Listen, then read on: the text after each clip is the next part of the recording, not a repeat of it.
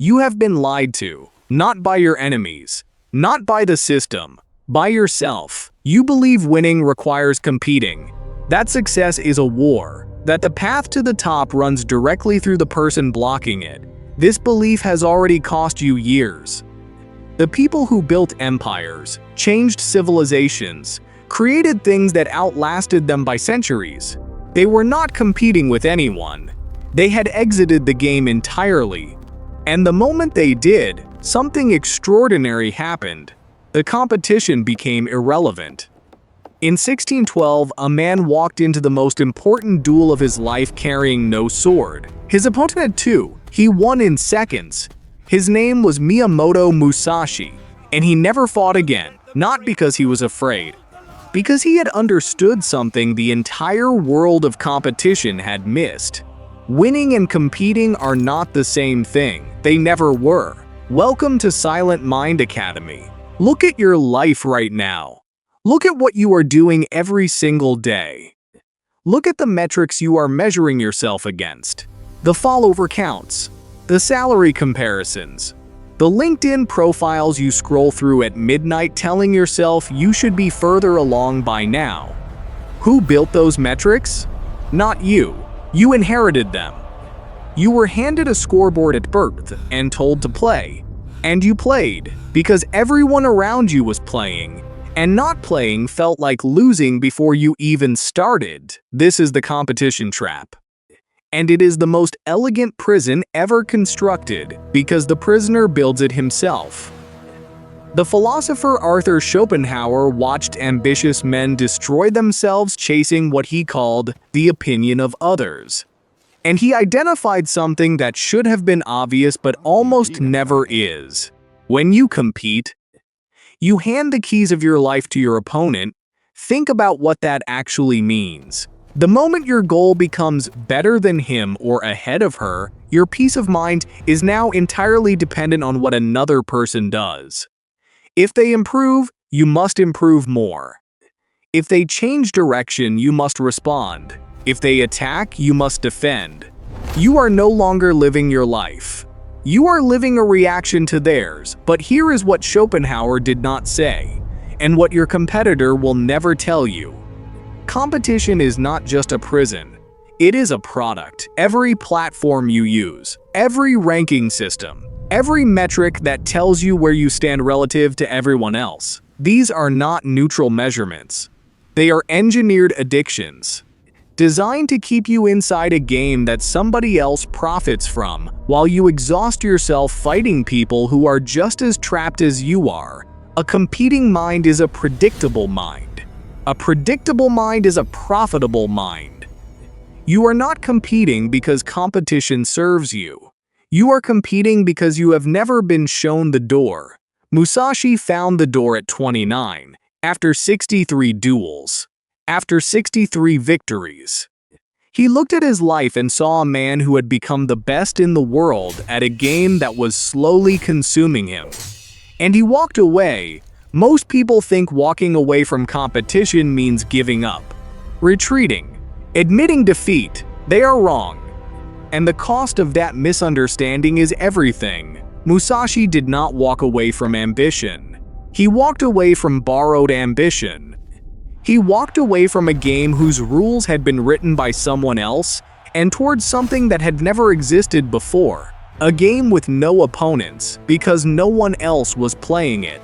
In the final years of his life, Musashi retreated to a cave called Reigondo. He did not go to rest, he went to write, and in that cave he produced the Go-Rin no Sho, the Book of Five Rings. In the final chapter, he wrote about something he called the void, not emptiness, not absence. A state of complete clarity, a mind so free from the noise of competition, comparison, and reaction that it could act with perfect precision. The void is not mystical. It is not spiritual in the soft, comfortable sense of that word.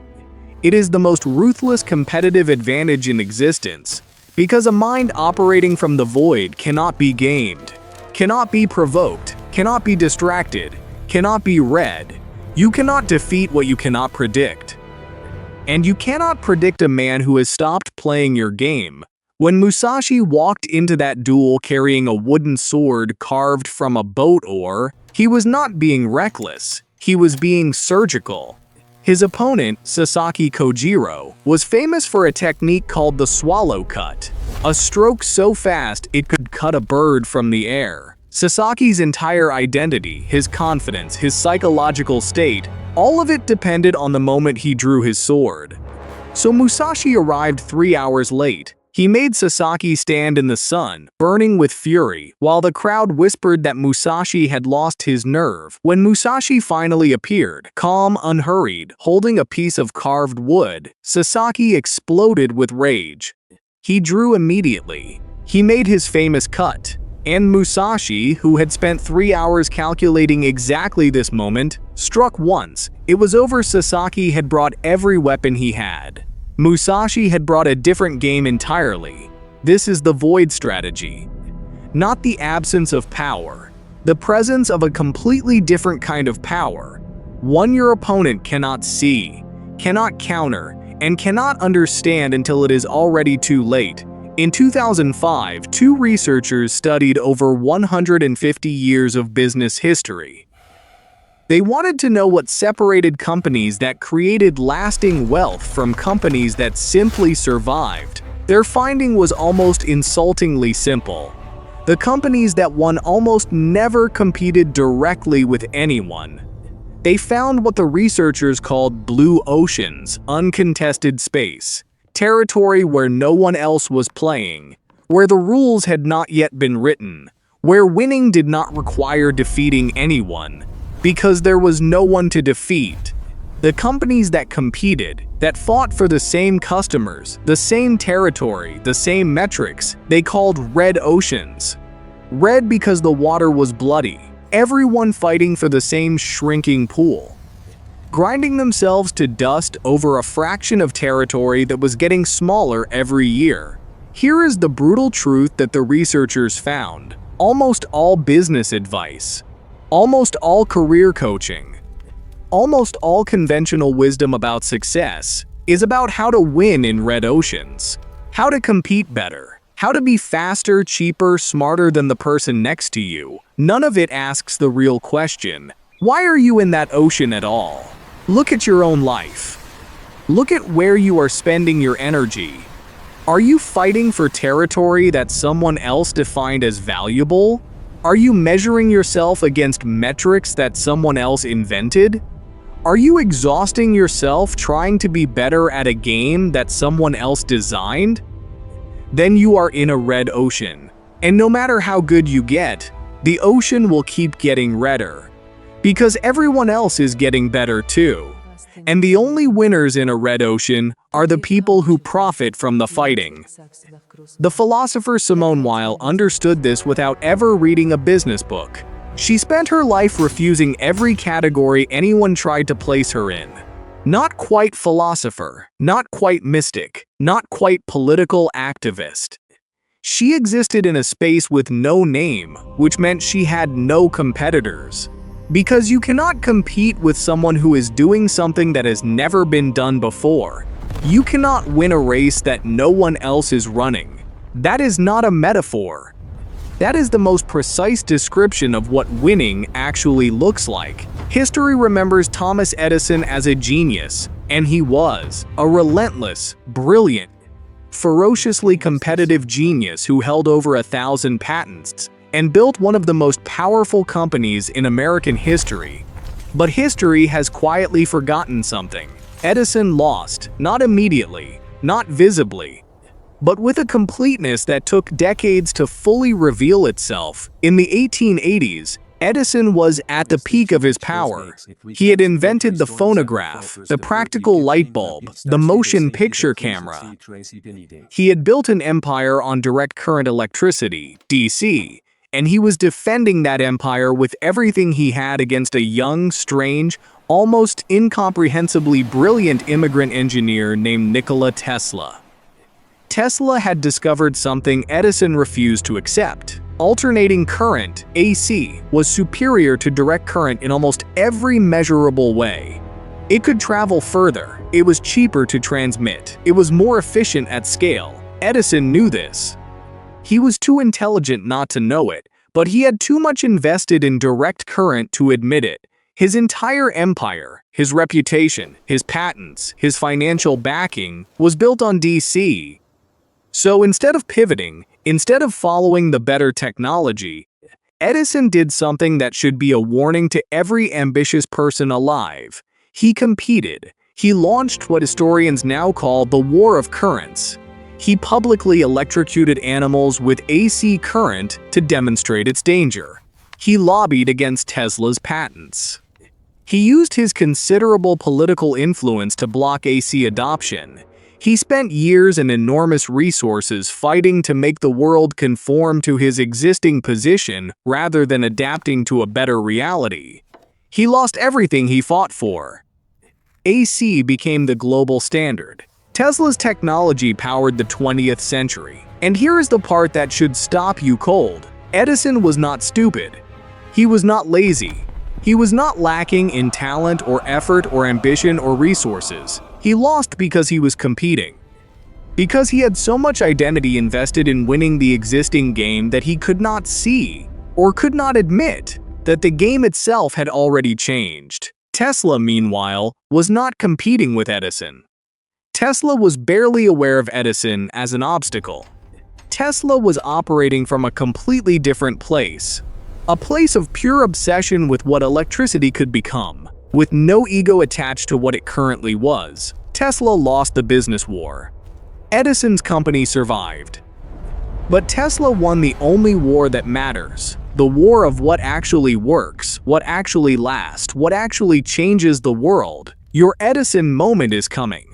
The moment when your invested position, your current strategy, your existing audience, your established identity will tempt you to fight for territory that is already becoming irrelevant. When that moment comes, remember Tesla, do not compete. Evolve. Now let us talk about what competing is actually doing to you. Not your career, not your strategy. Your mind. Byung-Chul Han, the Korean philosopher who has spent his career diagnosing the specific sickness of the modern world, identified something that should terrify every ambitious person alive. He called it the achievement subject. A person so addicted to competition, so addicted to the metrics of performance, so addicted to the comparative validation of ranking and status, that they have become their own oppressor. You do not need a boss to exploit you anymore. You exploit yourself. You drive yourself harder than any external authority ever could. You cannot rest without guilt. You cannot enjoy success without immediately measuring it against the next level. You cannot be still, because stillness feels like falling behind. This is not ambition. This is a disease wearing ambition's clothing. And the most devastating part? The system needs you sick. A person who is constantly comparing, constantly competing, constantly measuring themselves against others is a person who is constantly consuming, constantly online, constantly reactive, constantly profitable for the platforms that harvest attention. Your exhaustion is not a side effect. It is the intended outcome. The competing mind is the most perfectly engineered product of the modern economy. And you have been living inside it, probably for most of your adult life, without ever being told that there was another way to exist. Musashi was not special because he was the best fighter in Japan.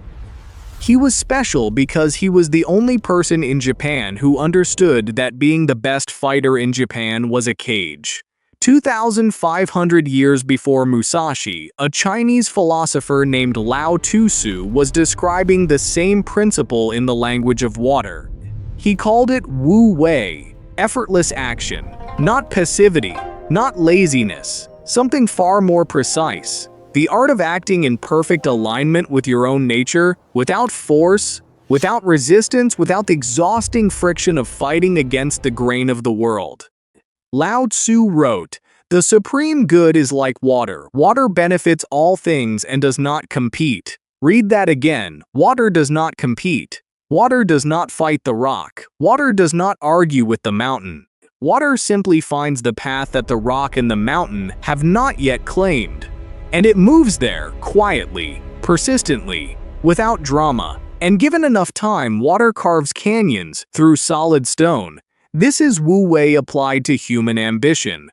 Not the absence of drive, the redirection of drive away from resistance and toward flow. Away from the red ocean and toward the blue. Away from fighting for someone else's territory and toward discovering your own. Sun Tzu, who wrote the most studied military strategy text in human history, said, "The supreme art of war is to subdue the enemy without fighting. Not to fight better, not to fight harder, to make fighting unnecessary." The general who wins without a battle has found something more powerful than military strength. He has found strategic position so complete that the opponent concedes before a single soldier moves. This is what winning without competing actually means. Not passivity, not retreat. The construction of a position so unique, so genuinely original, so completely your own, that there is no one to fight because there is no one who can occupy the same ground. You cannot fight a man who is not standing in your field. Stop waiting for permission to play a different game. Nobody is going to come and hand you a new set of rules. Nobody is going to tap you on the shoulder and say, "You do not have to compete anymore. You can build your own thing now." That announcement is never coming. You have to make it yourself, right now. With whatever you currently have, the Musashi Method is 3 moves, not a morning routine, not a vision board. 3 permanent shifts in how you operate. Move 1. Identify the game you are currently playing, and ask who built it. Drop down the metrics you use to measure your own success. Follower count, income compared to peers, speed of promotion. Now ask, who invented these metrics? Who decided they were the right measurements? If you cannot answer with your own name, you are playing someone else's game. And you will exhaust yourself winning something that was never worth having. Move 2. Find the perpendicular. The winning move is almost never the direct counter. It is the move that operates on a completely different axis. When 2 forces collide head-on, both are diminished. The martial artist does not meet force with force. He redirects. He finds the angle that his opponent has not covered because his opponent was too busy looking straight ahead. Your perpendicular is the thing you can do that exists in a category no one else has claimed. It may be invisible right now, but it is there. And finding it requires one thing above all else: the willingness to stop looking at what everyone else is doing long enough to hear what only you can do. Move 3. Build in silence. Musashi did not announce the void strategy to Sasaki.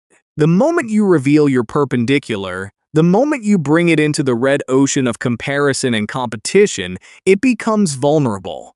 The blue ocean is only blue while it remains yours. Build it quietly. Build it completely. And when it is ready, it will be undeniable. Not because you competed, because you created something that has no competition. Nobody is going to validate your exit from the competition. Not your peers, because your exit makes their continued participation look like a choice rather than a necessity. Not the platforms, because your disengagement from the comparison economy costs them attention. Not the people who love you, because your perpendicular path is genuinely hard to understand from the outside, and people who love you are frightened by what they cannot understand. The validation is not coming. This is the hardest truth in this entire video. Because most people, even the ones who intellectually understand everything we have discussed today, will eventually return to the red ocean. Not because they believe in it, but because the silence of the blue ocean became unbearable. Because the absence of comparative feedback felt too much like failure. Because someone they respected raised an eyebrow and they did not yet have the foundation to withstand it. Do not be those people. The permission to play your own game, to build your own ocean, to find your perpendicular, to exit the competition that was never yours to enter. that permission exists. It has always existed. You are simply the only one who can grant it. Musashi granted it to himself at 29, in the silence after his 63rd victory. When he realized that winning the world's game had brought him no closer to understanding his own, Tesla granted it to himself in a laboratory in Colorado, alone, in the dark, talking to no one about experiments that the entire scientific establishment had declared impossible. Schopenhauer granted it to himself in an empty lecture hall in Berlin, where he had scheduled his classes at the same time as Hegel, the most famous philosopher in Europe, and watched every single student choose Hegel's room instead of his. He went back to his desk and kept writing. You do not need their permission. You never did. Musashi walked into that duel with an empty hand, not because he had nothing, because he had understood something that his opponent, with all his weapons, all his technique, all his years of relentless competition, had never grasped. The fight was already over, because Musashi was not in the fight his opponent thought they were having. You have spent years sharpening weapons for battles that were never yours to fight. You have become expert at games you did not choose, by rules you did not write, toward destinations you were handed rather than discovered, not because the world does not deserve your best, but because your best has never been available inside someone else's game. Your best, the version of you that could actually change something, build something, leave something, exists only in territory that no one has reached yet, because you have not gone there yet. The question is not how to compete better. The question is what you would build if you stopped looking at what everyone else was building. Musashi retired from dueling at 29. He spent the next 30 years writing, painting, sculpting, thinking. He produced work in those 30 years that outlasted every sword he ever drew, every opponent he ever defeated, every competition he ever won. He did not win by competing. He won by becoming the only person doing exactly what he was doing, in exactly the way he was doing it, in territory that belonged to no one else. That territory exists for you. It always has. Go find it. Welcome to Silent Mind Academy.